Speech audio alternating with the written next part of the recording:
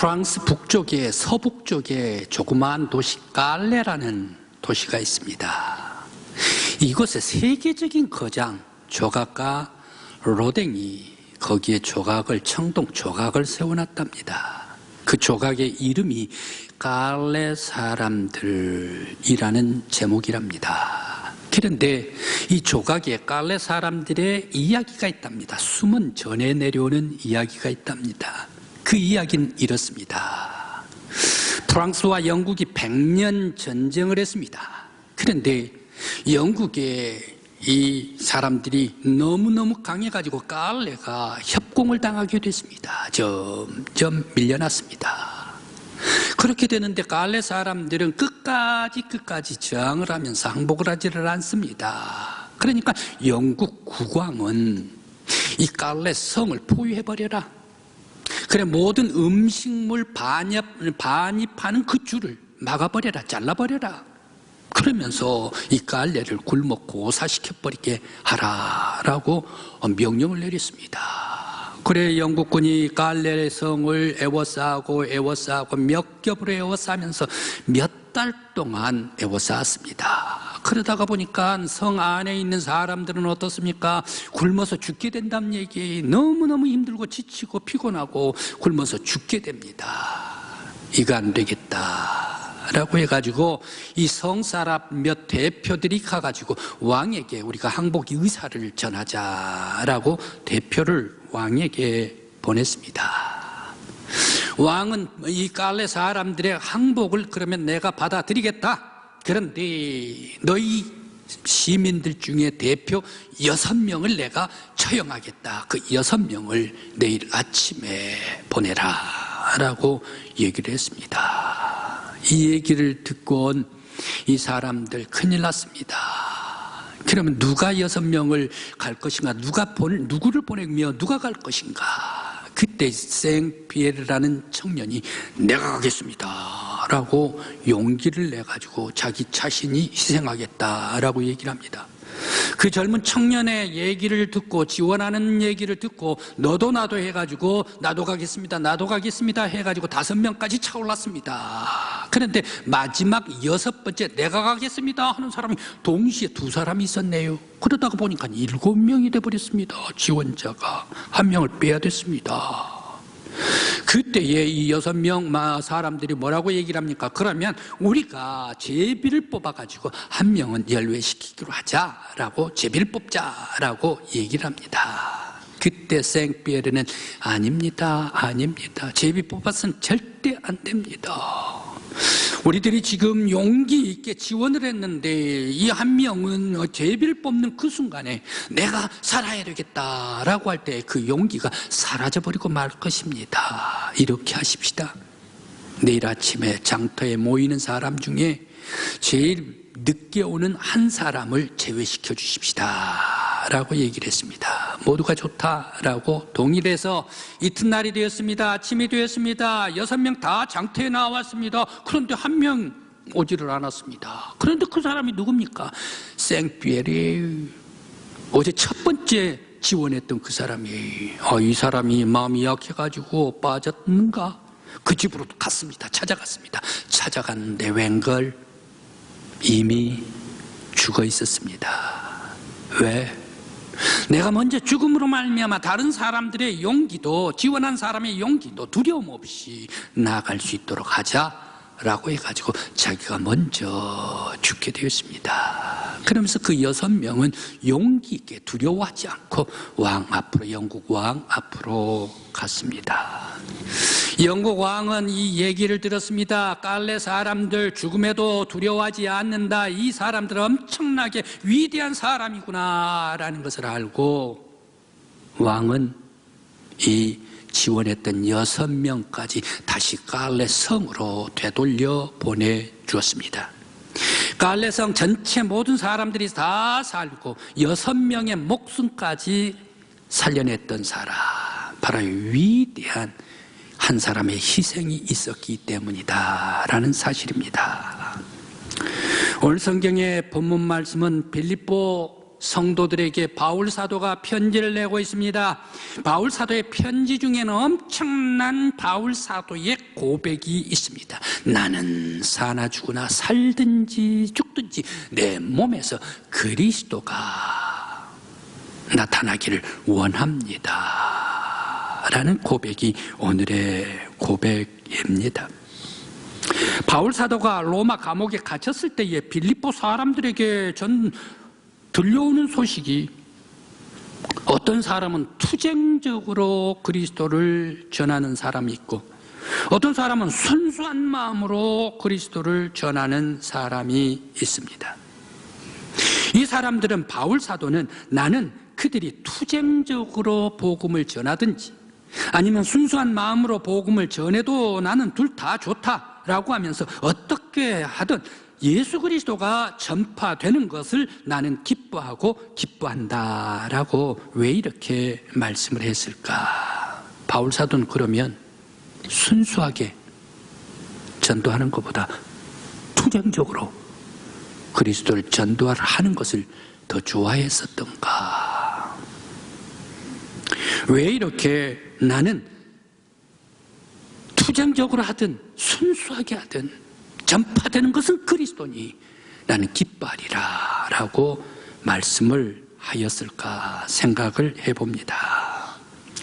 그리고 또 바울 사도는 왜 예수의 복음만 전파된다면 나는 살아도 좋고 죽어도 여한이 없습니다. 내가 사나 죽으나 오직 내 몸에서는 그리스도가 존귀히 드러나기를 원합니다 라고 빌립보 성도들에게 바울 사도는 편지를 써서 보냈을까 생각을 해봅니다.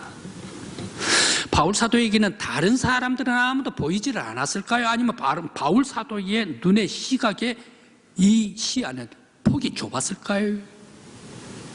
다른 사람도 많이 있을 것 아닙니까? 로마의 황제도 있고 원로원들도 있고 높은 그런 사람, 철학자들도 있고 이런 많은 사람들을 다양하게 사귈 수도 있지 않습니까? 그런데 그러한 사람들보다 바울 사도는 오직 내 몸에서 그리스도만이 존귀하게 드러나기를 원합니다 라고, 왜 예수 그리스도 한 분만을 존귀히 나타내겠다라고 고백을 했을까 생각을 해봅니다. 먼저 바울의 기쁨입니다. 바울에게는 예수가 인생의 최고의 가치였습니다. 사실 바울의 마음속에, 바울의 영혼 속에 불타는 것이 있습니다. 바로 그것은 예수 그리스도 복음 전파입니다. 바로 이것이 마음속에 타오르고 있었습니다. 바울이 사울이었을 때 어땠습니까? 자신이 예수를 믿는 사람들을 핍박하고 박해를 하고 감옥에 보낸 사람이 바울 곧 사울 아닙니까? 그런데 예수께서 부활하셔서, 다메섹에서 부활하셔서 살아계신 예수가 예수 믿는 사람을 핍박했던 자신을 용서를 해주시는 거예요.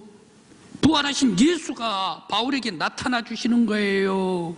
용서해 주실 뿐만 아니라 바울 사도를 눈만 찢어놓은 게가 아니라, 눈만 찢어본 온몸을 다 찢을 수도 있었을 것입니다. 죽었을 수도 있었을 것입니다. 그런데 바울은 어떻게 했습니까? 살려놓았지 않습니까? 부활하신 능력의 예수께서 얼마든지 사울을 죽일 수도 있었는데 이 사울을 살려주셨지 않습니까? 살려주신 예수를 생각만 해도 가슴이 터질 것 같습니다. 살아계신 예수, 용서의 예수, 부활의 예수, 예수를 전파하는 마음이 불같이 일어나 온 세상에 복음을 전파했습니다. 그래서 1차 전도여행 이고니온, 루스드로, 데베, 그러면서 안디옥, 그리고 구브로. 2차 전도여행, 1차 전도여행 돌았던 그곳을 다 돌면서 강 건너 유럽 쪽으로 가가지고, 바다 건너 유럽으로 가가지고 빌립보, 데살로니가, 베레아, 아덴, 고린도, 갱그리아까지 3차 전도여행 똑같이 갔던 곳에서 전도를 하고 에베소에서 오랫동안 머물렀습니다. 3차 전도여행으로 끝냈습니까? 나는 꼭 가야 할 곳이 있어. 서바나로 가야 돼. 지금의 스페인 얘기를 합니까? 땅끝에 스페인 그 옆에, 지금의 얘기는 포르투갈을 얘기를 합니까? 우리하고 축구 붙었던 나라 포르투갈을 얘기를 합니까? 난 땅끝까지 가야 돼, 땅끝까지. 이 포르투갈 그 앞으로 가면 바다입니다. 대양입니다. 그때 시절에는 지구가 평평하기 때문에 바다에서 멀리 가면 톡 떨어져서 죽을 줄 알았습니다. 그래 나는 땅끝까지 가서 서바나까지 가서 복음을 전해야 한다. 불타는 예수의 복음을 전하리라. 바로 이것이 불타고 있었습니다. 왜 그렇습니까? 살아계신 예수, 온 세상에 역사하시고 주관하신 예수, 능력이 넘치는 예수, 자신마저도 용서해 주시고 다시금 구원해 주시고 생명을 주신 예수가 최고의 가치였기 때문에 예수의 복음이 바울의 불타오르고 있었습니다. 이 복음이 증거되는 것을 나는 또 기뻐하고 기뻐하리라 라고 고백했습니다. 또 바울 사도는 죽어도 좋다고 합니다. 내가 복음을 전파하고 예수 그리스도의 복음이 전파가 되면 나는 살아도 좋고 죽어도 여한이 없다. 왜 이렇게 강력한 고백을 하고 있습니까? 말씀드린 것과 같이 바울 사도의 삶에 예수가 목적이고 예수가 길이고 예수가 생명이기 때문입니다. 율법에만 찌든 지독한 고집쟁이 사울 아니었습니까? 이 사울을 부활하신 예수가 확 변화시켜 주셨습니다. 새로운 영적인 시야를 넓게 해 주셨습니다.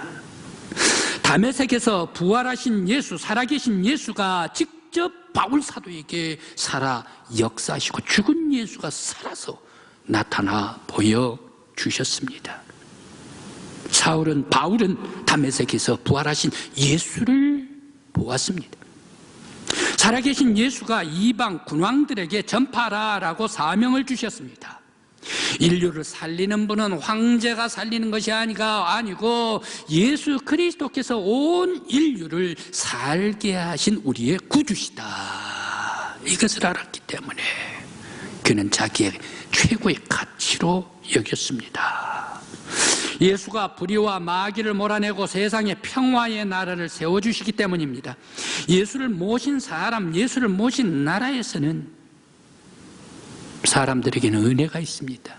예수를 품은 사람에게는 사랑이 있습니다. 예수를 영접해 모신 사람에게는 평안이 있습니다. 기쁨이 있습니다. 소망이 있습니다. 그 나라의 모든 사람들의 희망이 있습니다. 바로 예수가 온 세상에 지친 사람들, 인류의 희망이 되기 때문에 예수는 나의 최고의 삶이며 나의 가치며 나의 생명이며 내가 살아도 예수, 죽어도 예수, 내 몸에서 예수가 존귀히 드러나기를 원합니다. 바울 사도의 위대한 고백이었습니다. 오늘 우리 한국교회 믿음의 성도 여러분, 바울 사도와 같이 예수가 나의 생명입니다. 예수가 나의 삶의 목적입니다. 예수가 2023년에 나의 인생의 길입니다. 라고 고백하는 저와 여러분들이 되시길 간절히 기원합니다.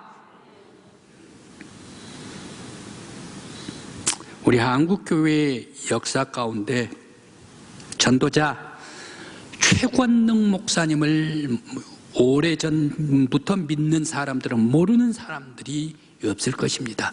예수천당 가는 곳곳마다 전도를 하는데 예수천당을 부르짖었던 능력 있는 목사님이셨습니다. 평안도와 황해도 지방에서 예수천당 복음을 전하면서 교회를 70개나 개척을 했다네요. 70개나 교회를 세운 목사님이십니다.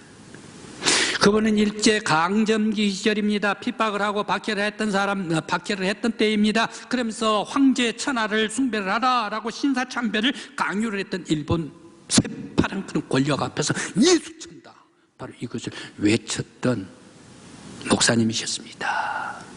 1938년, 39년 우리 대한예수교 장로회 총회에서는 신사참배를 결의를 해버렸습니다. 그런데 최권능 목사님은 거기에 반대를 했습니다. 무슨 소리냐 말이야. 예수 그리스도가 우리의 구세주인데 황제천하한테다가 거기다가 머리를 숙이느냐 말이야. 모든 결의한 사람의 영적인 비수가 바로 이 최건능 목사님이셨습니다. 오늘날 한국 교회에는 전도, 관계전도를 하고 또 노방전도를 하고 축호전도를 하고 사랑의 봉사를 일부러 하고 그리고 문서전도도 하고 새로운 전도 방법이 여러 가지로 많이 모색되고 있습니다. 방법이 지금 출중하게 나오고 있습니다만은 그러나 점점 한국 교회에서는 전도의 좌치가 없어집니다. 1년 만에 한 번씩 하는 전도 행사도 사라져가고 있습니다. 더더군다나 코로나 때문에 전도를 하지를 못하고 있습니다. 또 성도들은 어떻습니까? 모든 사람들이 다 전도를 해야 된다라고 얘기를 하면 나는 전도 잘 못해 라고 얘기를 합니다. 성도들은 뭐라고 얘기를 합니까? 전도는 특별히 하나님께서 달란트 주신 사람, 달란트 받은 사람의 능력이야. 그러니까 그 사람들이 전도를 하는 거야. 나는 달란트가 없는 것 같아 라고 말하고 전도와 담을 쌓는 사람들이 더러들 많이 있습니다. 많은 그러나 전도는 바로 이 성령님께서 입술을 열게 해주시고 나아가서 전도하려고 마음만 먹으면 누구든지 전도할 수 있도록 하나님께서는 역사해 주시는 줄 믿습니다. 전도는 성경에서도 사실 미련한 것이다 라고 말했습니다. 물론 그렇습니다. 영적인 진실한 것을 세상의 눈과 귀로 보이도록 사실로 보이려고 하니까 전도가 참 힘듭니다. 미련한 것으로 보여집니다. 그러나 세상에서 구원을 여는 길은 다른 방법이 없습니다. 전도 외에 구원을 확 열어드릴 수 있는 방법은 전도 외에 없습니다. 최건능 목사님은 예수 천당으로 영적인 문을 열어젖혔습니다. 그는 가장 순수하게 전도를 했고 그리고 전도만이 살 길임을 믿었습니다. 그리고 죽어가는 영혼을 긍휼히 여기고 열정적으로 초대를 했습니다. 영혼에 목마름이 있어가지고 외치면서 예수 천당 외쳤던 최건능 목사님이십니다. 그런데 지금은 세상에서 예수님처럼 복음을 전하는 사람도 없고 바울처럼 전하는 사람도 없고 최건능 목사님 같이 전하는 사람들을 찾아보기가 어려운 시대가 되어 있습니다. 참 안타까운 일입니다. 침몰하고 있는 한국 교회를 살리려면 어떻게 해야 합니까? 전도, 복음을 전파하는 일 외에 한국 교회를 다시 세울 방법이 없습니다. 성도 여러분, 2023년에 전도자로 살아가는 우리 한국교회 성도들 되시길 간절히 기원합니다. 우리 교회를 살리고 한국 교회를 살릴 수 있는 부흥이 우리 교회에서 일어나기를 간절히 기원합니다.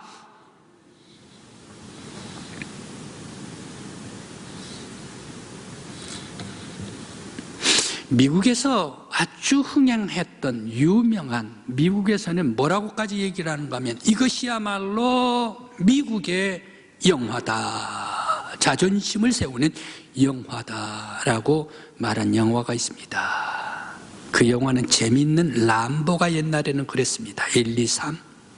그런데 이제 새롭게 만든 영화가 있답니다. 그 영화가 라이언 일병 구하기랍니다. 이것이 미국의 온 세계 속에 미국이라는 자존심을 세워줬다라고 평가하는 그야말로 미국 사람들이 좋아하는 위대한 영화입니다. 때는 2차 세계대전 중에 노르망디 상륙작전을 감행했습니다. 성공했습니다. 성공한 미국의 대위 밀러 대위에게 또 다른 명령이 하달되었습니다. 라이언 일병을 구하라.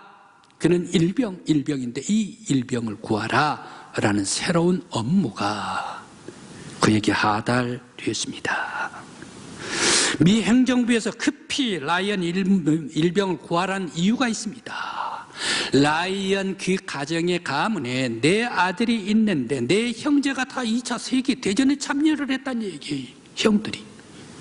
큰아들은 저 미드웨이 해전에서 죽고 둘째 아들은 저 오세아니아 해전에서 죽고 셋째 아들은 동유럽 전투에서 죽고 마지막 막내 하나 남아있는데 서부전선에서 싸우고 있다. 서유럽에서 싸우고 있다. 이 아들마저 죽어버리면 어떻게 되는가? 어머님에게 돌려보내라. 명령이 하달됐습니다. 그때 쥐도새도 모르고 얼굴도 모르는 이 라이언 일병을 어떻게 이 밀로 대위가 찾아서 구할 수가 있겠습니까? 아무튼 특공대로 8명을 수색대로 보냈습니다. 이제 막 구출 작전을 시작해서 출발을 했습니다. 출발하자마자 전투가 벌어집니다. 그런데 대원 중에 카바조라는 대원이 죽었습니다. 그 카바조 대원이 죽어가면서 자기의 품속에서 써놓았던 편지를 꺼내다가 그만 손이 떨어지고 푹 쓰러지고 맙니다. 이 편지를 나의 사랑하는 아내에게 전달해 주오. 바로 그 말을 하면서 푹 쓰러져 버리고 말았습니다. 숨을 거뒀습니다. 다음 또 수색을 하는데 어떻게 힘들게 찾아가서 수색을 했습니다. 수색을 했는데 찾았습니다. 라이언을 찾았습니다. 그런데 동명이인이었습니다. 그곳에서 라이언 일병이 그 친구들이 있는데 얘기 듣기로는 프랑스 시골에서 전투에서 연합군과 함께 그 속에 있으면서 독일과 싸우고 있다라는 소식을 들었습니다. 그때의 프랑스 시골 마을로 얼른 쫓아갑니다. 그런데 쫓아가는데 거기에서 이제 가다가 독일군 벙커에 있는 탱크를 만납니다. 전차를 만납니다. 거기에서 치열하게 교전이 붙었는데 8명이 7명이 해볼 수가 있습니까? 이거 중과 부적이다 하고 있는데 반대편에서 연합군이 날아와 가지고 이 독일군을 다 물리쳐 주었습니다. 자기들이 죽어야 되는데 자기들이 구출을 받았습니다. 어떻게 했든 간에 승리했습니다. 그런데 거기에서도 또 한 명의 대원이 죽었습니다. 그러면서 거기에 라이언 일병은 저기 공수 101 부대에 있다라고 귀뜸을 해 주었습니다. 그러면서 또 101 공수 부대까지 찾아갔습니다. 라이언 일병을 발견했습니다. 드디어 찾아냈습니다. 밀러 대위가 라이언 일병을 세워서 내가 미 육군 참모 총장의 명령으로 너의 직위를 해제를 하고 귀환 조치로 명령한다 라고 라이언 일병에게 그 자리에서 얘기를 했습니다. 그랬더니 라이언 일병은 콧방귀를 껴버리고 맙니다. 상관 명령에 콧방귀를 껴버리고 맙니다. 내가 지금 이 전투를 하고 있는데 내가 바로 지금 후방으로 내 집으로 귀환한다 그러면 나의 전우들, 지금 싸우고 있는 이 전장터의 전우들은 어떻게 합니까 말이야. 나만 혼자 살 수가 있습니까? 거절을 해버리고 전장터로 달려가 버리고 맙니다. 밀러 대위는 할 수 없이 이 작전이 다 끝나기를 기다리면서 라이언 일병을 데리고 갑니다. 그래 이제 이 작전은 다 끝나고 라이언 일병과 같이 이제 밀러 대위가 집으로 가고 있는데 또 작전이 귀환하고 있는데 또 작전 명령이 내립니다. 지금 저 눈앞에 있는 저 다리 독일군 전차 부대가 정예 부대가 지금 탱크 부대가 오고 있다. 저들의 전진을 막아라. 저 다리를 폭파하라 라고 명령이 하달됐습니다. 폭파하기 위해서 쥐를 다 묻었습니다. 그런데 자기 뜻대로 되지를 않습니다. 이건 안 되겠다. 다시금 밀러 대위가 확인을 하면서 폭파하기 위해서 뛰어듭니다. 그때 독일군 탱크에서 총알이 날아와가지고 여지없이 밀러에게 꽂히고 맙니다. 그것을 보았던 라이언 일병이 쫓아가가지고 대위님 죽어서는 안 됩니다. 밀러 대위는 라이언 일병에게 얘기를 합니다. 너는 꼭 살아야 돼. 잘 살아야 돼. 너는 꼭 잘 살아야 돼.